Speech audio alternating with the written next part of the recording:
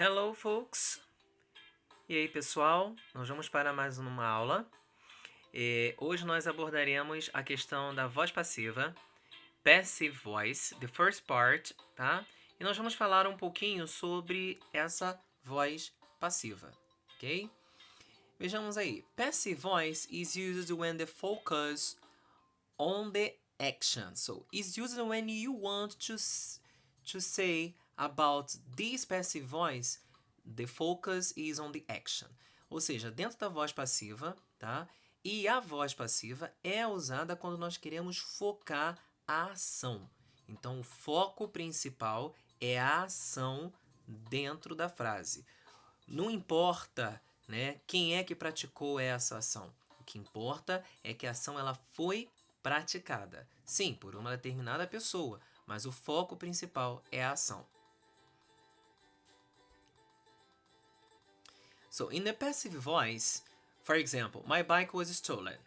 Então, minha bicicleta foi roubada. In the example above, the focus is on the fact that my bike was stolen. I do not know, however, who did it. Sometimes a statement in passive is more polite than active voice, as the following example shows a mistake was made. Observa que esses dois exemplos, tá? Tanto o de cima quanto o de baixo, eles focam na ação. Minha bicicleta foi roubada. Um erro foi cometido, isso no segundo exemplo. Então, qual é o foco da minha ação no primeiro exemplo? A minha bicicleta. E o motivo, ela foi roubada. Abaixo, um erro que foi cometido. Não importa quem roubou a bicicleta ou quem cometeu esse erro, tá? O que importa é que a ação ela aconteceu. Next. In passive voice, you don't forget the structure. Então vamos ver qual é a estrutura dentro da voz passiva. Preciso de um sujeito. Lembrando que esse sujeito, galera, tá? Ele vai ser utilizado com o objeto da voz ativa, tá? Então, por favor, o sujeito, tá? Ele será o objeto, o complemento que for utilizado na voz ativa. Dentro da voz passiva, então, será o sujeito. O verbo to be, ele tem que estar de acordo com o tempo verbal da voz ativa, então ele tem que ser conjugado de acordo com o tempo verbal da voz ativa. E o verbo principal que está na voz ativa, ele vai ser conjugado no particípio. Então, eu tenho aqui abaixo, ó, a letter, vou colocar aqui o dedinho para que vocês possam ver, a letter, que é o sujeito, mais o verbo to be conjugado e o verbo principal no particípio, ok? Agora nós vamos pegar os tempos verbais e vermos como nós iremos praticar essa voz passiva. No tempo presente simples, present tense simple, nós temos na voz ativa, active voice. My mother cleans my room. Então, observem aí, tá? Minha mãe limpa o meu quarto. Na frase aí onde tem my mother cleans my room, observe que cleans, tá? É o verbo principal da voz ativa. E eu tenho my room, que é o objeto ou o complemento dessa voz ativa.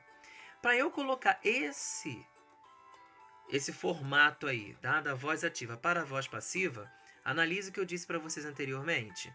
Olha aqui. Eu tenho my room, que é o objeto da oração, na voz ativa, e coloco ele na voz passiva como sujeito. Analiso aqui. O verbo principal está conjugado no tempo presente simples. O que eu faço então? Vou pegar o verbo to be e conjugar ele no presente. Como ele está falando sobre apenas um único ambiente, eu tenho singular, is. Se fosse mais de um ambiente, seria are. Então, se tivesse aqui rooms, por exemplo, tá? Nós utilizaríamos my rooms are e não my rooms is. Como eu estou falando sobre um único elemento, is. O verbo principal, cleans, da voz ativa, ele vai para o particípio. Ele é um verbo regular. Todos os verbos regulares eu acrescento geralmente a terminação ed para indicar esse particípio. Então, eu tenho o verbo to be conjugado no presente, mais o verbo principal com ed. Meu quarto, ele é limpo por quem? pela minha mãe, tá? By my mother. Então, eu utilizo esse by aqui, que é a preposição por, pelo ou pela, tá? E mais o sujeito que praticou, no caso, essa ação. Então, eu tenho a seguinte estrutura aí, galera. O verbo to be tem que ser conjugado na voz passiva de acordo com o tempo verbal da voz ativa. Como estamos falando do presente, então o verbo to be vai para o presente. O verbo principal será conjugado no particípio. Então, aqui no nosso caso é o clean. Se fosse go, viraria gone, tá? E entre outros verbos, nós precisamos apenas relembrar essa estrutura de particípio, tá ok? Next. Nós vamos ver agora dentro do tempo passado, chamado simple past. No passado simples, nós temos aí voz ativa, voz passiva. Lembrando, vamos ver lá, the first.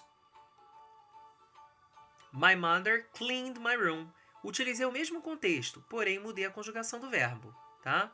Percebam o seguinte, que eu utilizei aqui, ó, o verbo principal agora, na voz ativa, ele está no passado.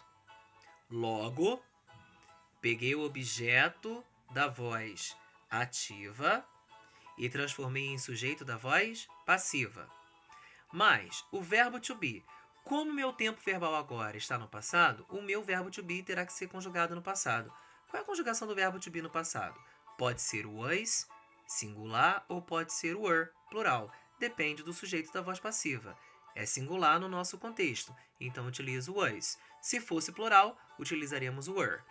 Vou pegar o verbo principal da voz ativa e colocá-lo no particípio. Como ele é um verbo regular, aí a estrutura não muda, tá? Tanto no passado quanto no particípio, o verbo ele permanece com a mesma estrutura. Isso só vai acontecer para os verbos regulares, tá?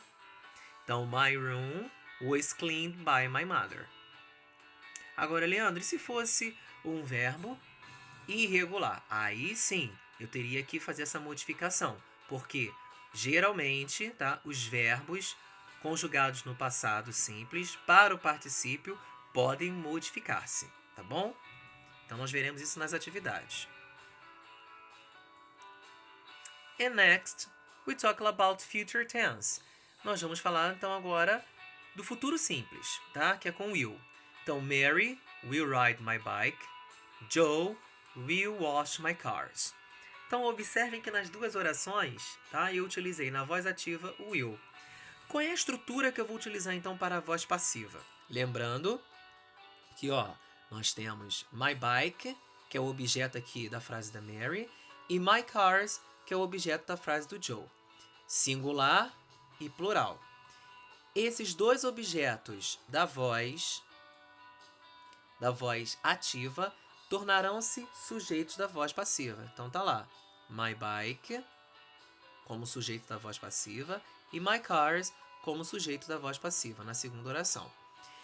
Como a estrutura com o verbo to be ela é única no futuro, então ela vai servir tanto para o singular quanto para o plural, tá, galera? Perceba aqui, ó, my bike will be, my cars will be. Então, tanto para o singular quanto para o plural, eu utilizo will be. Mas o verbo principal, olha lá, ride e wash. Olha aqui a diferença, tá? Ride é um verbo irregular. Wash é um verbo regular. Então, se ele é irregular, a conjugação dele no particípio vira ridden, muda a estrutura. E wash, por ser regular, acrescento o ed, tá? Então, nós temos aí a diferença de um verbo regular e de um verbo irregular. Tudo bem, galerinha? Então, para formarmos voz passiva no tempo futuro, a estrutura é essa. Will be e mais o verbo principal no particípio. Past participle. That's it. Então, nós vamos agora praticar um pouquinho, né? Let's try to do some exercises. Vejo vocês numa próxima oportunidade e numa próxima aula. Bye bye, folks. See you!